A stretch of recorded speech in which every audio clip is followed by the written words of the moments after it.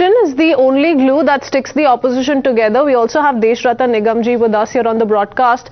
Mr. Desh Ratan Nigam, before I take it across to Mr. IP Singh for a response, what would you say today? Because the BJP, of course, has come out to say that, look, this is the only plank that can bring the opposition together. Nothing else has been able to so far unite the opposition. But as far as the top court's observations are concerned, very scathing in nature, a supreme setback coming in for these 14 opposition parties. And in that sense, the court saying it in as many words, don't think of yourself as above the law or as anyone else apart from the ordinary citizen. That's how you will have to face the law at the end of the day.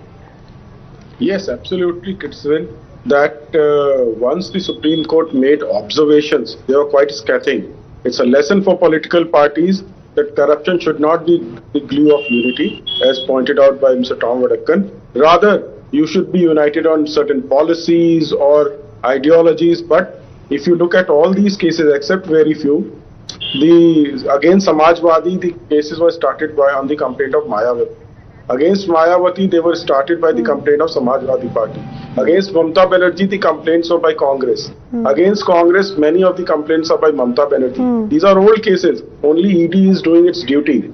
Now the process is, so far as ED and CBI is concerned, it is controlled by the court. There cannot be a washing machine.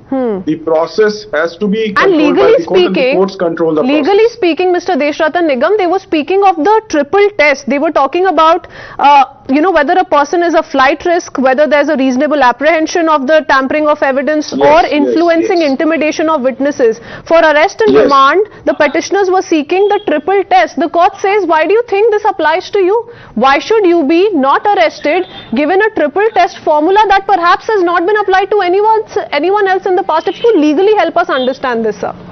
Yes.